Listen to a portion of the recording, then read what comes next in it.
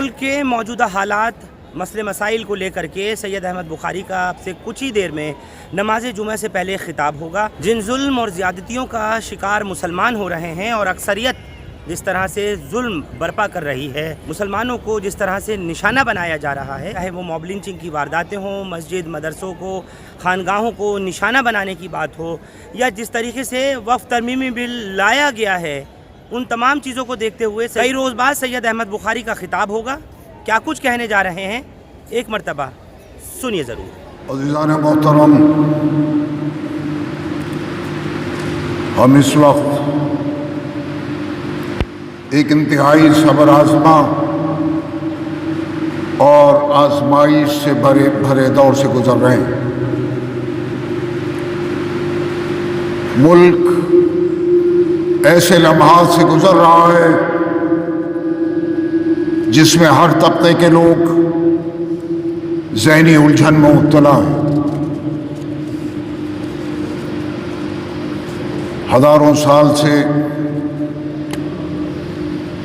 گنگا جمنی تہذیب کے اس آئینہ دار ہندوستان کا دامن اس قدر وسیع رہا ہے کہ ہر مذہب و ملت کو اپنے دامن میں سمیٹے ہوئے ایک ایسا ملک جس کی شناخت تمام مذاہب، تہذیبوں، زبانوں، رنگ و نسل کا مساوی احترام ہے. آج اس پر آنچ آئی ہوئی ہے. یہ ہندو اور مسلمان کا سوال نہیں، یہ وطن عزیز کی عزت، بقا اور سلامتی کا سوال ہے. بلکہ یہ تمام عقائد، مذاہب، تہذیب و تمدن کا مشترکہ عالمی مرکز و گہوارہ ہے. اس چمن میں سب ایک دوسرے سے کئی مدوں میں بنیادی اختلافات کے باوجود سب ایک اکائی کی طرح صدیوں سے رہتے چلے آ رہے ہیں.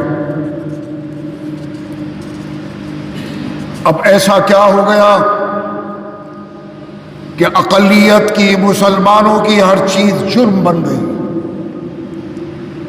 اور اکثریت کا غلط بھی صحیح ہو گیا.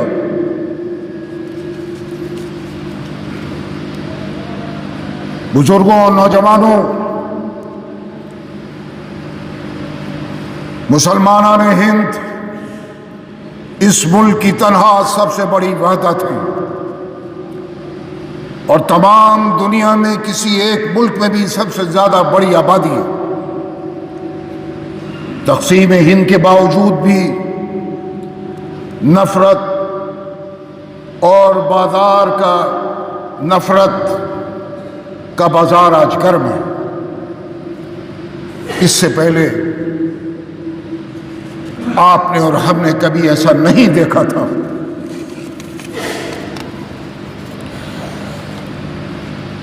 ماضی میں بھیانک فسادات ہوئے، قتل و غارت گری ہوئی، نماز پڑھتے ہوئے نہتی مسلمانوں پر گولیاں چلائی گئیں، لا تعداد مسلمانوں کو زندہ زمین میں دفن کر کے اس پر ٹریکٹر چلا کر گوبھی اگا دی گئی. آپ کو یاد ہوگا میرٹھ میں ٹرک میں بھر کر مسلمانوں کو ندی کے کنارے لے جایا گیا اور ان کے سینوں پر گولیاں مار کر ان کو ندیوں میں بہا دیا گیا.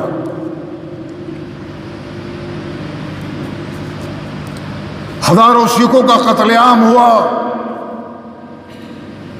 لاکھوں معصوم جانیں تقسیم وطن کی ذمہ دار ہوئیں، مگر اس وقت بھی نفرت کا زہر ملک میں نہیں پھیلا. ایک وقتی طور سے حالات خراب ہوئے، لیکن اور ہندو اور مسلمانوں کے درمیان جو آج نفرت ہے وہ نفرت اس وقت اتنی نہیں پھیلی تھی۔ آسام میں نیلی کا بھیانک فساد آپ کو یاد ہوگا۔ نیلی کے مقام پر 16 گاؤں سے مسلمان کھدیڑ دیے گئے تھے۔ 3000 سے زائد مسلمانوں کا یک طرفہ قتل ہوا۔ مگر آج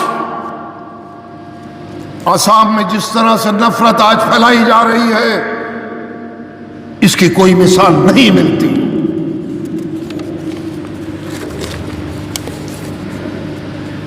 مسلمانوں کو بیوقوف بنانے کے لیے کمیشن بنائے گئے، لبران کمیشن بنا، گوپال کمیشن بنا، شری کرشنا کمیشن بنا، اس کے علاوہ بھی مختلف کمیٹیاں بنی، مختلف کمیشن بنے۔ مسلمانوں کو ڈرا ڈرا کر ووٹ حاصل کیے گئے، اقتدار حاصل کیا، لیکن ناانصافی، محرومی اس ملک میں مسلمانوں کے مقدر بنا دیے گئے۔ آزادی کے بعد وہ تمام تحفظات جو اس ملک میں مسلمانوں کو ملنا چاہیے تھے وہ نہیں ملے۔ ان تحفظات سے ایک سازش کے تحت مسلمانوں کو اس ملک میں محروم رکھا گیا۔ اس ملک کے مسلمانوں کا ہمارا کیا گناہ ہے کہ مسجدوں کی دیواروں پر چڑھ کر اشتعال انگیز نعرے لگائے جاتے ہیں، مسلمانوں کی داڑھیوں کو نوچا جاتا ہے، ٹرین میں سفر کے دوران مسلمانوں کو پولیس کے ذریعے قتل کیا جاتا ہے، قرآن کریم کی بے حرمتی کی جاتی ہے،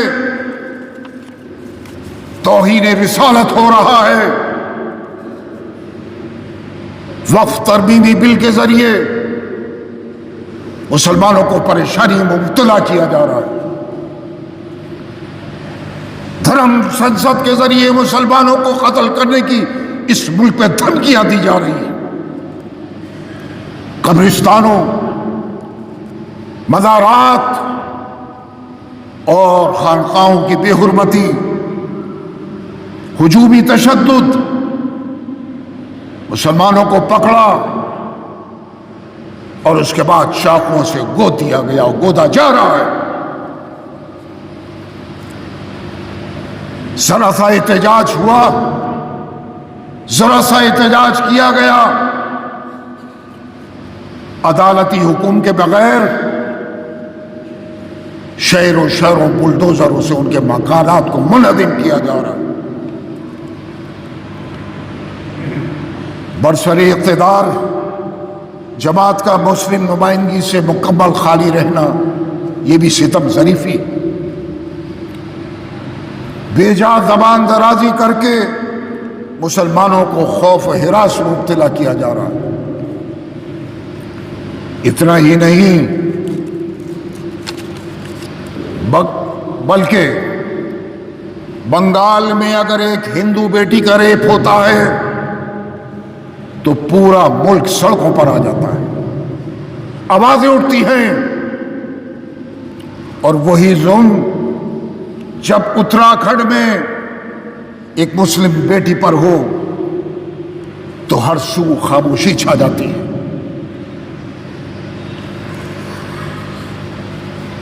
میں آج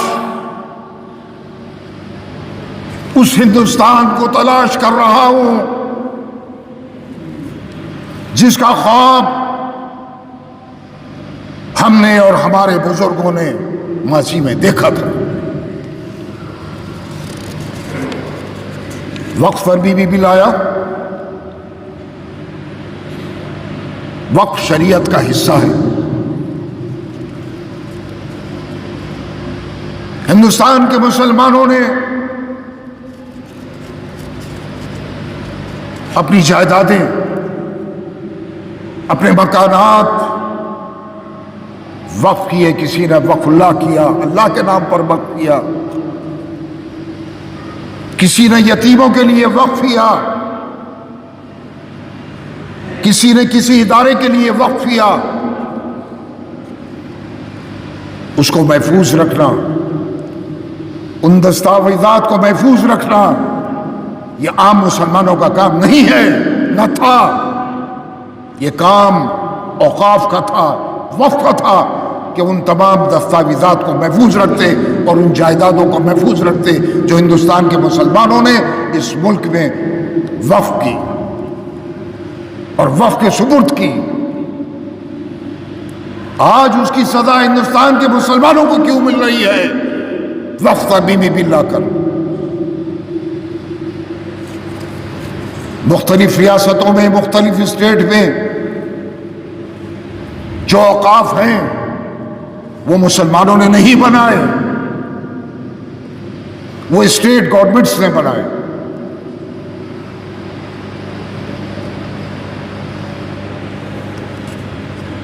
اور ان لوگوں کو اوقاف میں لایا گیا جو ان کے آگے ہاتھ جوڑتے تھے اور جو چاہتے تھے کہ ہمیں ایم ایل اے بنا دیں، ہمیں ایم پی بنا دیں، ہمیں فلاں چیئرمین بنا دیں. ان لوگوں سے کہا جاتا تھا کہ ہم تمہیں وقف میں لے آئیں. اور ان لوگوں کو حکومت نے اوقاف میں بھیجا، مسلمانوں نے نہیں بھیجا، اسٹیٹ گورنمنٹ نے بھیجا، جو بدعنوان تھے، جنہوں نے جائیدادوں کے دستاویزات کو بیچا، ختم کیا اور خفیہ طور پر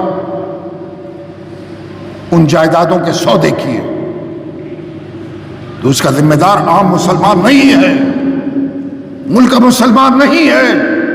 اس کی ذمہ دار ماضی کی اسٹیٹ گورنمنٹ ذمہ دار ہیں جنہوں نے ایسے لوگوں کو اوقاف پلائے جو بدعنوان تھے.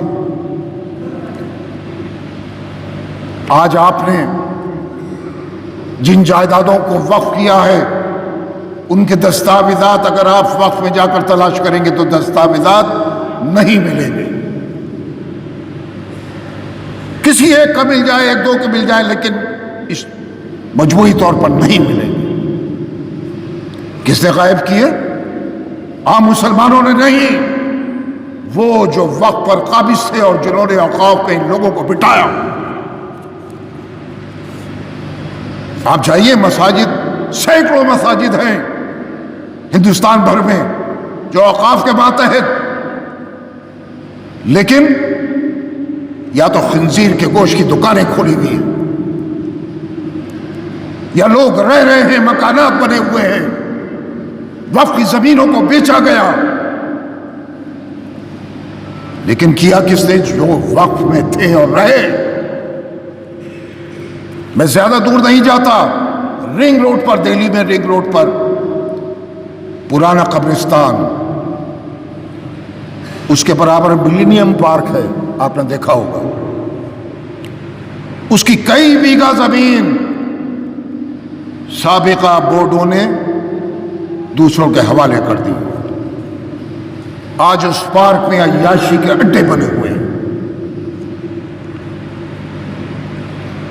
مسلمان دیکھتا ہے اور روتا ہے کہ ہمارے بزرگوں نے جن جائیدادوں کو وقف کیا تھا، آج وقف نے ان حالات کو بیچ کر تباہ و برباد کر دیا. تو ضرورت ہے، اس ترمیمی بل کی ضرورت نہیں، ضرورت ہے کہ ان لوگوں کو اوقاف میں وقف میں لایا جائے جو صاحب ثروت ہوں، جو وقف کی اصلاح چاہتے ہیں، جہاں ڈاکومنٹس محفوظ رہیں، وقف جائیدادیں محفوظ رہیں. لیکن یکسر بورڈ میں ایسی تبدیلیاں پیدا کر دینا جس سے مسلمانوں میں غم و غصہ پیدا ہو، تشویش ہو، یہ مناسب نہیں. بورڈ بنائیے، اچھے لوگوں کو لے کر آئیے، میں ایک واقعہ آپ کو بتاؤں. امتیاز احمد خان IAS تھے اور پرائم منسٹر ہاؤس میں جوائنٹ سیکرٹری ہوا کرتے تھے. وہ دہلی وقف بورڈ کے چیئرمین بھی تھے. 7 سال بورڈ کے چیئرمین رہے. انہوں نے مجھ سے بیچ بیچ میں کہا کہ میں بورڈ میں نہیں رہنا چاہتا, میں خود بدنام ہو جاؤں گا, میں چاہتا ہوں کسی اور کے سپرد ہو. میں ان کو روکتا تھا کہ آپ کے بعد تو بالکل تباہ ہو جائے گا دہلی وقف بورڈ. کچھ سال تک روکے رہا. 7 سال جب ہو گئے انہوں نے کہا کہ اب میں نہیں رکوں گا, اب کوئی گنجائش نہیں ہے, مجھ کو چلانے نہیں دیا جاتا, دستاویزات غائب ہیں, زمینوں کو بیچا جا رہا ہے, میں اب اس سے سبکدوش ہو رہا ہوں. آخرکار وہ الگ ہو گئے. ایک IAS آفیسر جس کے سینے میں درد تھا کہ میں اوقاف میں کچھ کر کے جاؤں, وہ نہیں کر پایا.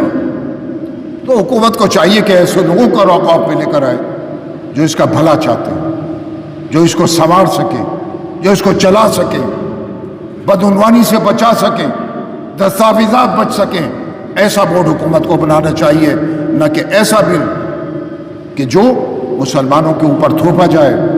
اس کو مسلمان, میں سمجھتا ہوں, برداشت نہیں کرے گا. عزیزان محترم, میں نے ان تمام حالات کا ذکر پورے ملک اور مہذب معاشرے کو دعوت فکر دینے کے لیے کیا ہے. میری تشویش کا پس منظر ہندو مسلم تقسیم یا تعصب نہیں ہے. مجھے اپنا ملک آج اندھیروں کی طرف جاتے ہوئے دکھائی دے رہا ہے. ان حالات